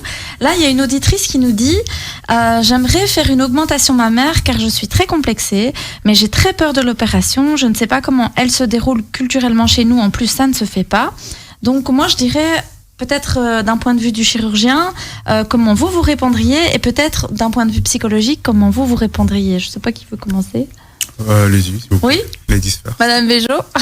Je t'en prie, vas-y. Je vous en prie, vas-y. Oui. Allez-y. Alors, pour l'augmentation mammaire, donc elle doit se présenter déjà chez un chirurgien de son choix et qu'elle exprime ses désirs de cette augmentation mammaire, pourquoi elle veut le faire et la discussion se déroule sur quel type de poitrine, quelle taille elle aimerait avoir. Bien sûr, il faut rester dans ce qui est possible et on a des simulations aussi qui permettent de nous montrer le résultat final. Et il y a aussi, on montre les prothèses à la patiente pendant ces consultations. Et parfois aussi, on a des sortes de gaines où on peut mettre les prothèses pour montrer le résultat final. Ah ouais. Donc en général, la consultation est assez agréable. On puisse discuter de tout ça, de proposer les différentes techniques et d'expliquer la cicatrice que la patiente va avoir pour qu'elle soit consciente de l'intervention. On prend pas la décision, on essaie de ne pas prendre la décision au premier rendez-vous comme on l'a déjà dit préalablement pour qu'elle puisse prendre le temps de réfléchir.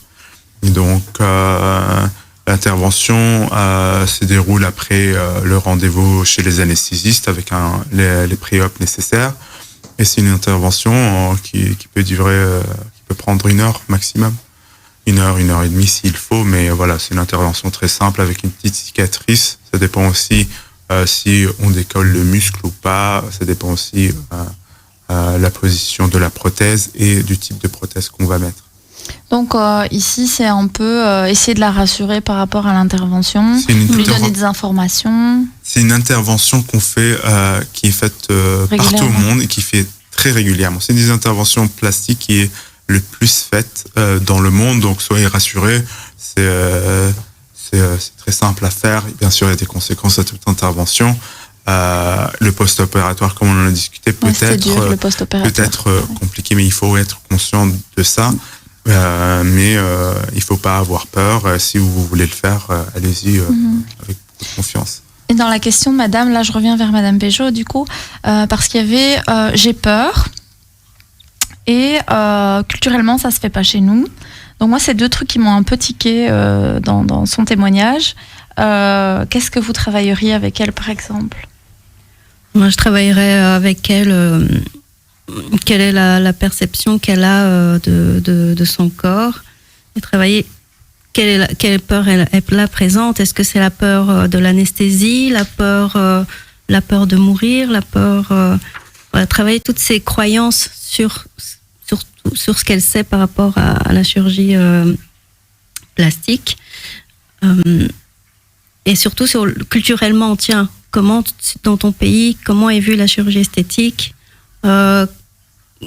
Et avec ton entourage, est-ce que tu en as pu en discuter, comme on a parlé avec Laura? Voilà, est-ce que tu es seule dans ce processus-là ou est-ce que tu es accompagnée culturellement ici? Quelle est la différence entre ton pays et ici? Qu'est-ce qui se passe? Et pourquoi ce serait mal vu, par exemple? Pourquoi ça serait mal vu? Et pourquoi c'est important pour toi, peut-être aussi?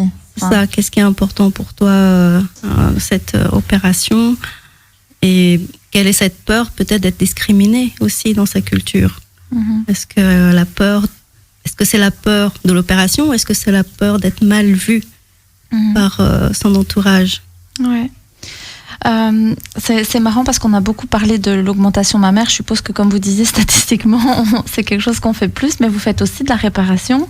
Et en off, en fait, ce que les auditeurs ne savaient pas, parce qu'on papote un peu entre nous en off, on parlait de nos nez, les 2 psychologues, là, on parlait de nos nez, parce que moi, j'ai une fracture du nez, mon nez est de travers. Et madame la psychologue, vous ne voyez peut-être pas, mais elle a aussi un accident au niveau de son nez. Et donc, du coup, on se posait la question, mais tiens, finalement, les chirurgiens plasticiens, ils font aussi de la réparation. C'est pas que de la chirurgie esthétique. Il faut que nos auditeurs comprennent que vous réparez aussi. Donc, par exemple, moi, j'ai eu le nez cassé. Bon, après, ça me complexe pas trop. Comme je disais en off, j'ai dit tant pis, moi, j'ai mis un petit piercing pour, voilà, mon nez a été cassé, il est de travers, mais j'ai mis un piercing et maintenant, je me sens très bien, ça me va très bien. J'irai pas jusqu'à la chirurgie. Mais on peut faire aussi de la chirurgie quand on a été abîmé, quand on a eu des accidents, des brûlures, par exemple, aussi. Voilà, donc la chirurgie plastique, elle est très vaste. Donc, la chirurgie des tumeurs, la chirurgie des brûlés, la chirurgie aussi tout ce qui est malformation congénitale, comme les lèvres de bec chez les enfants. Donc c'est assez vaste. Il y a la chirurgie de la main, la chirurgie du sein, la chirurgie des petites tumeurs qu'il y a partout. Donc du coup, c'est beaucoup de reconstruction, surtout dans les hôpitaux. Et donc, lorsque vous avez un nez cassé, lorsque vous avez une plaie, une cicatrice disgracieuse, qu'on puisse la reprendre, tout ça, c'est dans un but d'améliorer l'image de soi pour un mieux-être, quoi. Un mieux-être. Donc, c'est le but de la chirurgie plastique. Même dans l'esthétique, c'est pour améliorer notre estime et notre vision de soi pour un bien-être.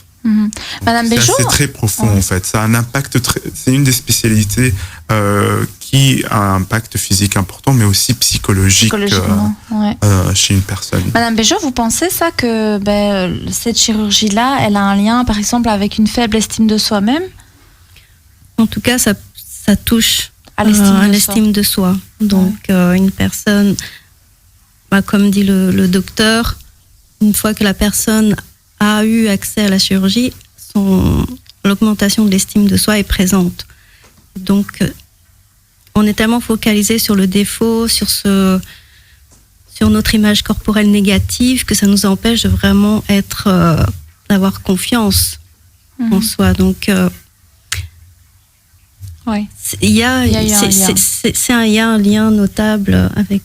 Pour vous, Madame Lequeux, vous diriez que vous avez repris confiance en vous après ça? Oui, pour moi, oui. Pas tout de suite, comme j'ai dit, vu que le post-op a été compliqué, donc au début, sûrement pas. Mais après, maintenant, oui, je me sens plus. Et vous avez eu d'autres chirurgies?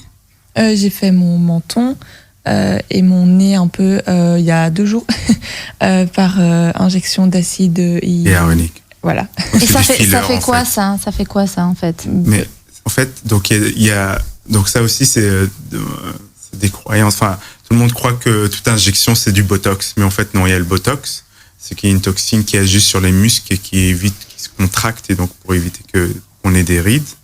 Et il y a l'acide hyaluronique qui est une substance qui permet donc de combler des espaces.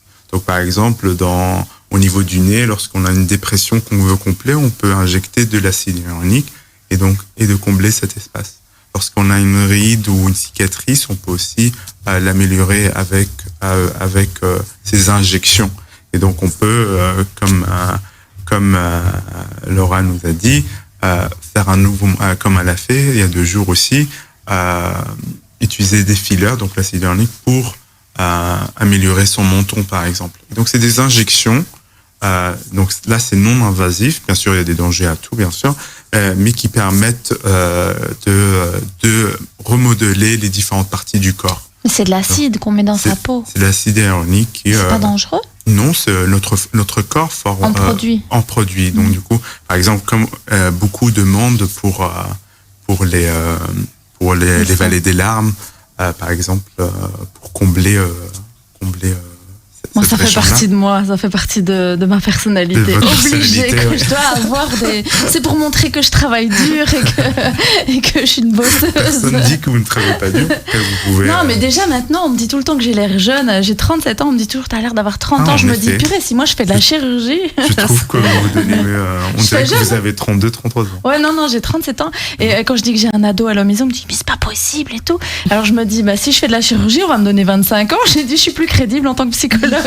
Donc non, mais après c'est vrai, on est dans une culture de la jeunesse et je trouve que, après c'est un avis personnel, mais je me dis les petites rides et tout ça. Et puis en plus ce truc là de botox, moi j'avais entendu que quand on s'injectait du botox, on savait plus sourire. Genre que ça restait tout droit là. En effet, donc le botox c'est une toxine qui agit sur le muscle et l'empêche de se contracter, mais pas pour un certain moment, et après petit à petit vous allez reprendre.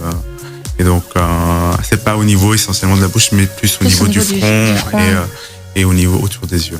D'accord, ok. Alors écoutez, cette émission elle est passée super vite, c'était vraiment chouette, on est déjà à la fin. Moi j'avais juste envie de vous demander juste à tous un petit conseil, une petite réflexion pour nos auditeurs avant de clôturer. Je sais pas, Madame Lequeux, un petit conseil? La question à se poser, pour qui je le fais? Et la réponse, si c'est pas pour moi, je réfléchirai encore et encore avant de le faire. Super, merci, vous avez raison. Madame Béjot ? Donc voilà, il faudrait faire un passage chez les psychologues avant d'entamer toute démarche de changement corporel. Et pour ceux qui sont habitués aux chirurgies esthétiques, attention à la dépendance. La recherche de récompense, parce qu'il y a trop d'insatisfaction. Donc voilà, venez voir les psys avant, pendant et après. Voilà. Les interventions. Exactement, c'est un très très bon conseil. Je pense qu'ils ont tout dit. J'ajouterais juste que prenez le temps de décider lorsque vous voulez faire une intervention ou une chirurgie plastique. Et n'ayez pas peur, faites-le. C'est des interventions qu'on fait assez souvent maintenant. Et si ça peut vous apporter quelque chose, on est toujours là. Et on est toujours là pour vos questions. Et là pour vous aider dans ce parcours. De bien poser les questions et d'écouter aussi le podcast de l'émission sur la chaîne YouTube Espace Santé Famille parce qu'on a déjà répondu à pas mal de questions en live. Donc voilà, chers auditeurs, on se retrouve samedi prochain. Normalement, nous parlons du deuil périnatal. Ça n'a rien à voir avec ce qu'on a dit aujourd'hui. Mais donc voilà, je vous dis à samedi prochain dans Santé pour tous de 14 à 16h. L'émission est réalisée en collaboration avec l'Espace Santé Famille qui se situe chaussée de Louvain 51 1210 Saint-Josse. À très bientôt. Bon week-end.